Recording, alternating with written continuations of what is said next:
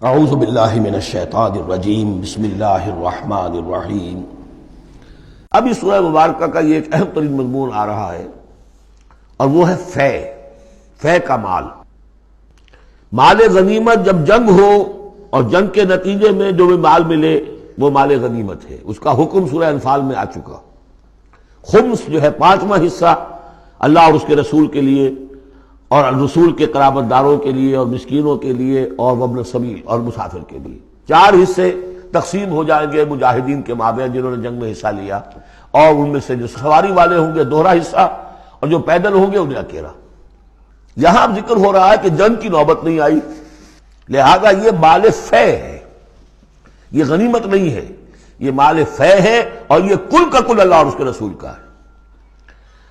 گویا کہ اس میں کسی کو بھی مسلمان کو کوئی حصہ نہیں ملے گا سوائے اس کے کہ جو اللہ کا رسول کسی کو فقیر کو غریب کو مسکین کو دینا چاہے، وہ الگ بات ہے۔ وما افاء اللہ علی رسولہ،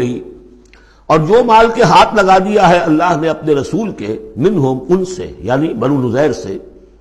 فما اوجفتم علیہ من خیر ولا رکاب، تو دیکھو اے مسلمانوں، تم نے ان پر نہیں دوڑائے نہ اپنے گھوڑے نہ اونٹ، ولیکن اللہ یسلط رسلہ علی من یشاء، یہ تو اللہ کی حکمت ہے، مشیت ہے، اس کی قدرت ہے، اللہ تعالیٰ مسلط کر دیتا ہے اپنے رسولوں کو جس پر چاہتا ہے۔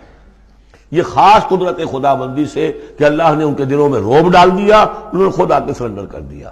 تو تمہیں تو جنگ کرنے کی نوبت پیش نہیں آئی، لہذا یہ مال غنیمت نہیں ہے۔ تو اللہ علی کل شیء قدیر، اللہ تعالیٰ ہر چیز پر قادر ہے۔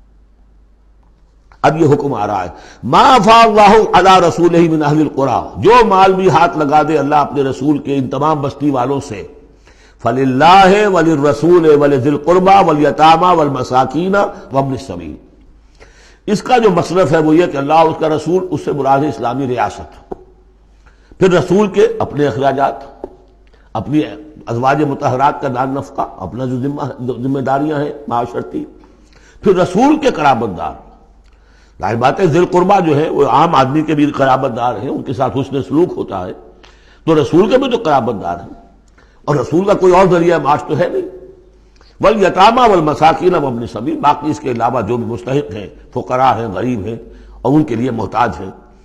کہ لا یکون دولۃ بین الاغنیاء منکم، اور یہ اہم ترین اسٹیٹمنٹ آف آبجیکٹیوز ہے۔ مقصد کیا ہے؟ کہ لا یکون، تاکہ ایسا نہ ہو کہ دولت تمہارے امیروں ہی کے مابین چکر لگاتی رہے۔ یعنی ظاہر بات ہے کہ اب جو لوگ بھی جو جنگ میں حصہ لیا ہے، جن کے پاس گھوڑے بھی تھے اور اونٹ بھی تھے، اب ان کو دگنے حصے مل جاتے سارے اس مال میں سے، تو گویا کہ جو لوگ پہلے ہی سے کچھ مرفع الحال ہیں، جن کے پاس پہلے ہی کچھ ہے، انہی کی طرف مال اور بڑھ رہا ہے، اور جو بیچارے غریب ہیں وہاں کے، وہ گویا کہ اس سے ان کی غربت کے ازالے کی کوئی شکل نہیں ہو پائے گی۔ تو اللہ تعالیٰ کے سامنے یہ ہے کہ دولت کی تقسیم ہو ایسی کہ اس کی سرکولیشن جو ہے معاشرے کے اندر، اس کی گردش دولت ایسی ہو کہ سب کو حصہ ملے اور سوسائٹی کے تمام طبقات جو ہے اس سے مستفید ہوں۔ کہ لا یکون دولۃ بین الاغنیاء منکم، تاکہ ایسا نہ ہو کہ یہ دولت، یہ سرمایہ، یہ مال تمہارے امیروں ہی کے مابین گردش میں رہے۔ اس کی ایک سادہ سی مثال میں دیتا ہوں کہ ایک کروڑ پتی کی بیٹی لاکھوں روپے کا جہیز لے کے ایک کروڑ پتی کے بیٹے کے گھر چلی گئی، گویا کہ وہ لاکھوں روپے کے جہیز نے گردش تو کی ہے، لیکن ایک کروڑ پتی سے نکل کے دوسرے کروڑ پتی کے ہاں چلی گئی۔ یہ دولت گردش کر رہی ہے اسی ایک اونچے طبقے کے اندر، انہی کے اندر جو ہے گردش ہو رہی، گردش ہے بھی اگر تو ان کے مابین۔ ہونا یہ چاہیے کہ یہ سوسائٹی کے تمام طبقات کے اندر اس کا نفوذ ہو رہا ہو، سب کو اس سے فیض پہنچ رہا ہو، تاکہ یہ جو اس قدر جو ہے اونچ نیچ ہے، اتنی عدم مساوات ہے، وہ ختم ہو۔ وہ مساوات کے تمام انسان بالکل برابر کر دیے جائیں، وہ تو نہ کبھی ہوئی ہے نہ ہو سکتی ہے، وہ تو کمیونزم بھی مر گیا اور ایک دن کے لیے بھی اس مساوات کو قائم نہیں کر سکا۔ یہ ضرور ہے کہ انہوں نے جو اتنا فرق و تفاوت تھا، وہ نہیں ہے کہ جو امریکہ میں آج بھی ہے اور اس وقت بھی تھا، وہ فرق و تفاوت وہاں نہیں تھا، لیکن یہ کہ بالکل برابر سپاہی اور سپہ سالار برابر تو نہیں ہو سکتے، کچھ نہ کچھ فرق تو ہوگا، لیکن یہ کہ ایسا نہ ہو کہ معاشرے کے ایک طبقے میں ایک طرف تو احتیاج ہی احتیاج بڑھتی چلی جائے، بھوک ہو، احتیاج ہو، جس کے لیے کہ یہاں تک فرمایا حضور نے قاد الفقر ان یکون کفرا، فقر جو ہے احتیاج وہ انسان کو کفر تک پہنچا دیتی ہے۔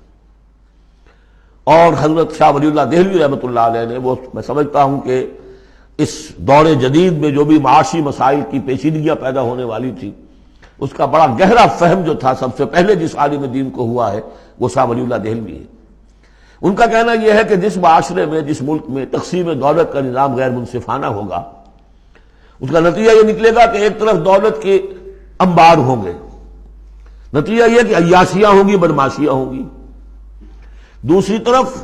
عام لوگ جو ہے وہ ڈھور ڈنگر بن کر رہ جائیں گے، وہ بار برداری کے جانوروں کی حیثیت اختیار کر لیں گے کہ صبح سے لے کے شام تک کمر توڑ دینے والی جو ہے مشقت کر کے بھی بمشکل اپنی ضرورت پوری کر رہے ہیں۔ تو گویا کہ یہ غیر مساوی نظام تقسیم دولت جو ہے یہ دو دھاری تلوار ہے، ادھر بھی کاٹ رہی ہے ادھر بھی کاٹ رہی ہے۔ جدھر ایکومولیشن آف ویلتھ ہو رہی ہے ادھر عیاشیاں ہیں، بدماشیاں ہیں، ادھر جو بھی کچھ ہو رہا ہے اللہ تللے ہیں، نمود و نمائش کے لیے خرچ کیا جا رہا ہے، اس سے اور جو ہے دل پھٹ رہے ہیں۔ کسی بڑے سیٹ صاحب کی بیٹی کی شادی ہے اور پوری کوٹھی بقعہ نور بنی ہوئی ہے، ایک ایک پتے کے ساتھ انہوں نے لگا رکھا ہے ایک ایک بلب، اور دوسری طرف اس سیٹ کا کوئی نہ کوئی شوفر بھی ہے، کوئی اس کا کھانا پکانے والا ہے، کوئی چوکی دار ہے، کوئی مالی ہے، اور اس کے گھر میں بچی جو ہے بوڑھی ہو رہی ہے اور اس کا ہاتھ پیلا نہیں ہو سکتا اس لیے کچھ نہیں ہے اس کے پاس۔ تو ان ملازمین کے دل میں ان کی محبت پیدا ہوگی یا نفرت پیدا ہوگی؟ انما یرید الشیطان ان یوقع بینکم العداوۃ والبغضاء، شیطان تو چاہتا ہے تمہارے مابین دشمنی اور بغض کے جذبات پیدا کرے، اور وہ پیدا ہو رہے ہیں۔ دوسری طرف فقر ہے، کاد الفقر ویکون کفرا، تو اس میں یہ ہے کہ ضرورت ہے کہ لا یکون دولۃ بین الاغنیاء منکم، نظام ایسا ہونا چاہیے کہ منصفانہ عادلانہ تقسیم ہو دولت کی، اور اس طرح سے مستقل طبقات بن کر نہ رہ جائے۔ وما آتاکم الرسول فخذوہ، اب ظاہر بات ہے کہ اس وقت فوری طور پر تو بڑا دھکا لگا ہوگا نا، اوس اور خزرج کے مسلمان جو تھے وہ جب آئے تھے محاصرہ کیا تھا،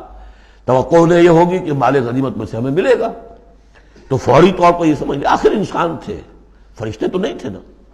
تو انہیں یقیناً کو ایک دھکا سا لگا ہوگا، شوق پہنچا ہوگا، لہذا اب اس کے لیے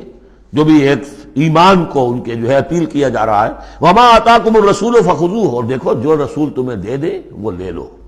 وما نہاکم عنہ فانتہوا، اور جس چیز سے روک دے رک جاؤ، واتقوا اللہ، اللہ کا تقوی اختیار کرو، ان اللہ شدید العقاب، اللہ تعالی سزا دینے میں بہت سخت ہے۔ صدق اللہ۔